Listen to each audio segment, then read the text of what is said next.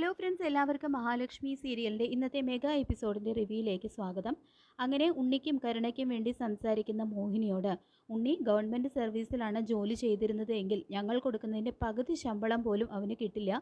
അവർ കല്യാണം കഴിഞ്ഞ സമയത്ത് പല സ്ഥലങ്ങളിലും കറങ്ങി നടന്നിട്ടുണ്ട്.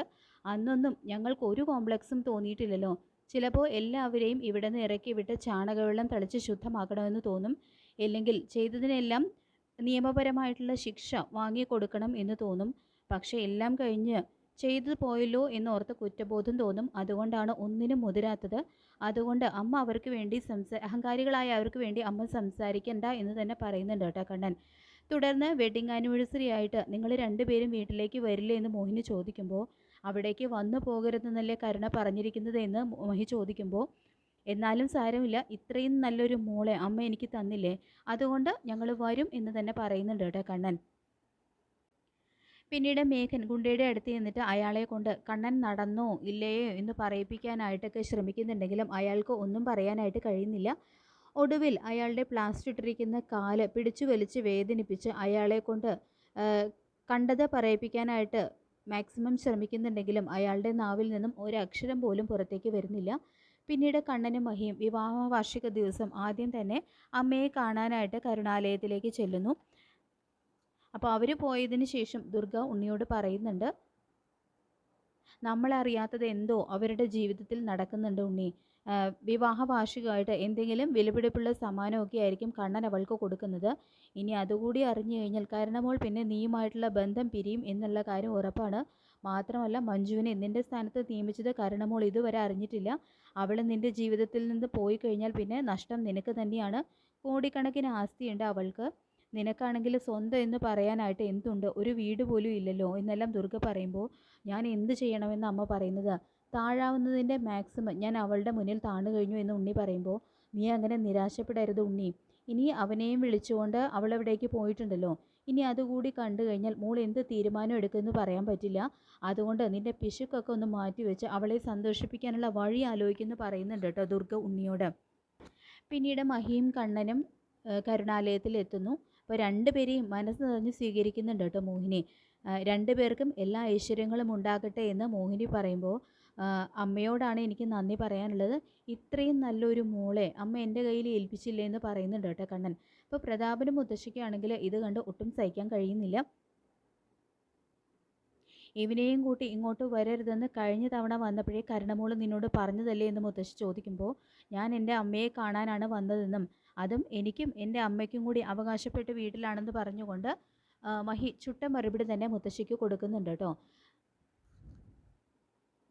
തുടർന്ന് മഹി മോഹിനിക്കായി കൊണ്ടുവന്നിട്ടുള്ള സമ്മാനങ്ങളും അമ്മയെ ഏൽപ്പിക്കുന്നുണ്ട്.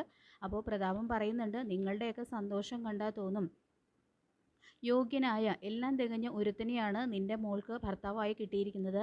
കാലിന് സ്വാധീനമില്ലാത്ത ഒരുത്തനെ ഭർത്താവായി കിട്ടിയ ദിവസം ഇത്രയ്ക്കൊന്നും സന്തോഷിക്കേണ്ട ആവശ്യമില്ല എന്ന് പറഞ്ഞുകൊണ്ട് മഹാലക്ഷ്മിയെയും മോഹിനിയെയും ഒരുപോലെ കുത്തിവേദനിപ്പിച്ച് സംസാരിക്കുന്നുണ്ട് കേട്ടോ. പുച്ഛത്തോടു കൂടിയൊക്കെ സംസാരിക്കുന്നുണ്ട്.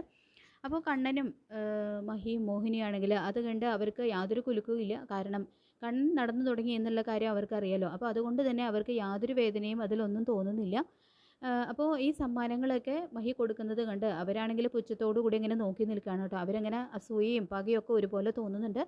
ഇതേ സമയം കരുണയാണെങ്കിൽ മുകളിൽ സോഫയിൽ കിടക്കുകയാണ്. മുത്തശ്ശിയും പ്രതാപനും കരുണയുടെ അടുത്ത് നിന്നിട്ട് വിവാഹ വാർഷികമായിട്ട് ഒരുത്തി കാലിന് സ്വാധീനം ഇല്ലാത്ത അവളുടെ ഭർത്താവിനെ വിളിച്ചുകൊണ്ട് വന്നിട്ടുണ്ട്. നിൻ്റെ അമ്മയ്ക്ക് എന്തൊക്കെയോ സമ്മാനങ്ങളും കൊടുത്തിട്ടുണ്ട്. വന്ന് മോള് പറയുന്നതിനൊന്നും അവൾ ഒരു വിലയും കൽപ്പിക്കുന്നില്ല എന്നെല്ലാം മുത്തശ്ശി കരുണയെ ഇളക്കി വിട്ടുകൊണ്ട് പറയുന്നുണ്ട് കേട്ടോ. അപ്പോൾ കരുണ പറയുന്നുണ്ട്, ഞാൻ അവളുടെ അഹങ്കാരം അവസാനിപ്പിച്ച് കൊടുക്കുന്നുണ്ട് എന്ന് പറഞ്ഞുകൊണ്ട് കരുണ കലുതുള്ളിക്കൊണ്ട് താഴേക്ക് വരുന്നു. എന്നിട്ട് പറയുന്നുണ്ട്, ഇയാളെയും കൊണ്ട് ഇങ്ങോട്ട് വരരുതെന്ന് കഴിഞ്ഞ തവണ ഞാൻ നിന്നോട് പറഞ്ഞതല്ലേടി, നിൻ്റെ മുഖം കാണാതിരിക്കാൻ വേണ്ടിയിട്ടാണ് ഞാൻ ഇവിടെ വന്ന് നിൽക്കുന്നത് എന്നെല്ലാം കരുണ പറയുമ്പോൾ, ഇന്നും ചേച്ചിയെ തിരിച്ചറിയാത്ത അനിയത്തിയാണ് നീ എന്ന് കണ്ണൻ പറയുമ്പോൾ, ഇവളെ തിരിച്ചറിയാൻ എനിക്ക് ഭൂതക്കണ്ണിയോടൊന്നും വെക്കേണ്ടടോ എന്ന് കണ്ണനോട് അങ്ങേയറ്റം മോശമായിട്ടുള്ള രീതിയിലാണ് കേട്ടോ കരുണ സംസാരിക്കുന്നത്. ഇയാളെയും പിടിച്ചുകൊണ്ട് പോകാൻ നോക്കടി. ഞാൻ ബന്ധം പിരിയാൻ പോവുകയാണെന്ന് അറിഞ്ഞപ്പോൾ നിനക്കൊരു ഭർത്താവുണ്ടെന്ന് കാണിക്കാൻ വേണ്ടിയിട്ടല്ലേ ഇയാളെയും കൂട്ടി നീ ഇങ്ങോട്ട് വന്നത്. മാത്രമല്ല സമ്മാനങ്ങൾ നീ കൊടുത്തു, എനിക്ക് ഒന്നും ഷൈൻ ചെയ്യാൻ കഴിയില്ല, അതെല്ലാം കൊടുത്ത് എനിക്ക് ഷൈൻ ചെയ്യാൻ കഴിയില്ല എന്ന് നിനക്ക് നന്നായിട്ടറിയാം. എൻ്റെ ഭർത്താവ് നിൻ്റെ കമ്പനിയിൽ വേറൊരു ജോലിക്കാരനാണല്ലോ എന്നെല്ലാം കരുണ പറയുമ്പോൾ അവനിപ്പോൾ ജോലിക്കാരനല്ല, അവനവിടെ ജോലിയൊന്നുമില്ല, പിന്നെ മുടങ്ങാതെ ശമ്പളം കിട്ടുന്നുണ്ട് എന്ന് മാത്രം. അവൻ്റെ സ്ഥാനത്ത് ഞാൻ മഞ്ജുവിനെ നിയമിച്ചു കഴിഞ്ഞു എന്നുള്ള ഒരു ഞെട്ടിക്കുന്ന സത്യം സഹികെട്ട് കണ്ണൻ അവിടെ കരുണയുടെ നേരെ തുറന്ന് പറയുന്നുണ്ട്. അപ്പോൾ അത് കേട്ട് ശരിക്കും ദേഷ്യം കൊണ്ട് വിറയ്ക്കുന്നുണ്ട് കേട്ടോ കരുണ. രക്തം തെളിച്ച് പോകുന്നുണ്ട് കരുണയുടെ. ഓഹോ, അപ്പോൾ അത്രയ്ക്കൊക്കെ ആയോ കാര്യങ്ങൾ? ഇതാണോ അച്ഛനും മുത്തശ്ശിയും കൂടി എന്നിൽ നിന്ന് മറച്ചു വെച്ചത്?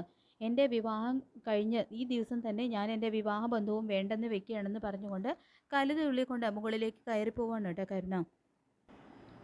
പിന്നീട് കണ്ണനും മഹാലക്ഷ്മിയും അനന്തുവിൻ്റെയും ലേഖയുടെയും വീട്ടിലെത്തുന്നു. മഹിയെ അണിയിച്ചൊരുക്കിക്കൊണ്ട് ലേഖയും അനന്തുവിനോടൊപ്പം കണ്ണനും മുറിയിൽ നിന്നും പുറത്തേക്ക് വരുന്നുണ്ട്. അപ്പോൾ നല്ലൊരു വെഡ്ഡിങ് കേക്കും അവിടെ സെറ്റാക്കി വെച്ചിട്ടുണ്ട് കേട്ടോ. ലേഖയാണെങ്കിൽ കണ്ണനെയും മഹിയെയും ചേർത്ത് നിർത്തി മൊബൈലിൽ ഫോട്ടോ ഒക്കെ എടുക്കുന്നുണ്ട്. ഇതേ സമയം മേഘൻ ഹോസ്പിറ്റലിൽ ഗുണ്ടയ്ക്ക് ബൈസ്റ്റാൻഡറായിട്ട് നിൽക്കുന്ന അയാളോട് പറയുന്നുണ്ട്, ഇന്ന് കണ്ണൻ്റെയും മഹാലക്ഷ്മിയുടെയും വിവാഹ വാർഷികമാണ്, അവരത് ആഘോഷിക്കാനായിട്ട് ലേഖയുടെയും അനന്തുവിൻ്റെയും വീട്ടിലേക്ക് പോയിട്ടുണ്ട്. ആ ഹോസ്പിറ്റലിൽ കിടക്കുന്നവൻ അവന് സംസാരശേഷി തിരിച്ചു കിട്ടുന്നത് വരെയൊന്നും കണ്ണൻ നടന്നോ എന്ന് പറയാനായിട്ട് കാത്തിരിക്കാനായിട്ട് പറ്റില്ല. എത്രയും പെട്ടെന്ന് അത് കണ്ടെത്തണം. അവൻ്റെ വലതുകാലിനോടൊപ്പം ഇടതുകാലം ചലിക്കുന്നത് ഞാൻ കണ്ടതാണ്. അവിടെ പോയി കഴിഞ്ഞാൽ നമുക്ക് സത്യം അറിയാൻ പറ്റും അവൻ നടന്നു തുടങ്ങിയോ ഇല്ലയോ എന്ന്. എനിക്കെന്തായാലും പോകാൻ പറ്റില്ല, അതുകൊണ്ട് എനിക്ക് വേണ്ടി നീ അവിടെ പോയി സത്യം മനസ്സിലാക്കണം എന്ന് പറഞ്ഞുകൊണ്ട് അയാളെ അനന്തുവിൻ്റെയും ലേഖയുടെയും വീട്ടിലേക്ക് പറഞ്ഞു വിടുന്നു. അപ്പോൾ ഇതേ സമയം കണ്ണനും മഹാലക്ഷ്മിയാണെങ്കിൽ അവരുടെ ഭാവി കാര്യങ്ങളെല്ലാം സംസാരിച്ചുകൊണ്ട് നിൽക്കുന്നുണ്ട് കേട്ടോ. അപ്പോൾ അനന്തുവും ലേഖയും പറയുന്നുണ്ട്, അടുത്ത വർഷം ഈ സമയം വെഡ്ഡിങ് ആനിവേഴ്സറി ആഘോഷിക്കാനായിട്ട് നിങ്ങളുടെയോടൊപ്പം നിങ്ങളുടെ കുഞ്ഞും കാണും. നമുക്ക് എല്ലാവർക്കും ഒരുമിച്ച് മൂന്നാറിൽ നമ്മൾ പണിയാൻ പോകുന്ന അവിടെ ഗസ്റ്റ് ഹൗസിൽ വെഡ്ഡിങ് ആനിവേഴ്സറി ആഘോഷിക്കാം എന്നെല്ലാവരും ഇങ്ങനെ പറയുന്നുണ്ട് കേട്ടോ. അപ്പോൾ ഇതേ സമയം മേഘൻ പറഞ്ഞു വിട്ട ആൾ വീട്ടിലെത്തി ജനലിലൂടെ സത്യം കണ്ടെത്താനായിട്ട് അവിടെ വീട്ടിലേക്ക് ഒളിഞ്ഞു നോക്കുകയൊക്കെ ചെയ്യുന്നുണ്ട്. അപ്പോൾ ഈ ഒരു സമയത്ത് തന്നെയാണ് നമ്മുടെ മാർക്കോയും ലോപ്പസും കൂടി അവിടേക്ക് വരുന്നത്. അപ്പോൾ അവരും കണ്ണൻ്റെയും മഹാലക്ഷ്മിയുടെയും വെഡ്ഡിങ് ആനിവേഴ്സറി ആഘോഷിക്കാനായിട്ട് വരുന്ന സമയത്തെയാണ് ഈ ഒരു കാഴ്ച കാണുന്നത്. അപ്പോൾ ഗുണ്ടയ്ക്ക് വേണ്ടി ബൈസ്റ്റാൻഡറായിട്ട് നിൽക്കുന്ന ആളാണ് വന്നിരിക്കുന്നത് എന്ന് മാർക്കോ മനസ്സിലാക്കുന്നു. തുടർന്ന് അയാൾക്ക് കണക്കിന് കൊടുക്കുന്നുണ്ട്. മേഘനാണ് അയാളെ പറഞ്ഞു വിട്ടത് എന്നും അറിയുന്ന മാർക്കോ അയാൾക്ക് കണക്കിന് കൊടുത്താണ് കേട്ടോ അവിടെ നിന്ന് പറഞ്ഞു വിടുന്നത്. ശേഷം എല്ലാവരും ഒരുമിച്ച് കണ്ണൻ്റെയും മഹാലക്ഷ്മിയുടെയും വെഡ്ഡിങ് ആനിവേഴ്സറി ഗംഭീരമായിട്ട് തന്നെ അവിടെ ആഘോഷിക്കുന്നുണ്ട്. ശേഷം കണ്ണൻ നടന്നു തുടങ്ങിയോ എന്നറിയാൻ വേണ്ടി ആളെ വിട്ട് മേഘന് അതേ നാണയത്തിൽ തന്നെ തിരിച്ചടി കൊടുക്കുന്നുണ്ട് കേട്ടോ മാർക്കോ. അന്ന് ശബരിമലയ്ക്ക് പോയ സമയത്ത് കണ്ണനെ കൊക്കയിൽ തള്ളിയിട്ട് കൊല്ലാൻ വേണ്ടിയിട്ട് ഗുണ്ടയെ പറഞ്ഞു വിട്ടിരുന്നല്ലോ മേഘൻ. അപ്പോൾ ആ ഒരു സമയം തൊട്ട് തന്നെ മേഘനെ നോട്ടം വിട്ട് വെച്ചിരിക്കുകയായിരുന്നു മാർക്കോ. പക്ഷേ ഈ ഒരു കാര്യം കൂടി ആയതോടുകൂടി മാർക്കോയ്ക്ക് സകല നിയന്ത്രണം വിടുന്നുണ്ട്.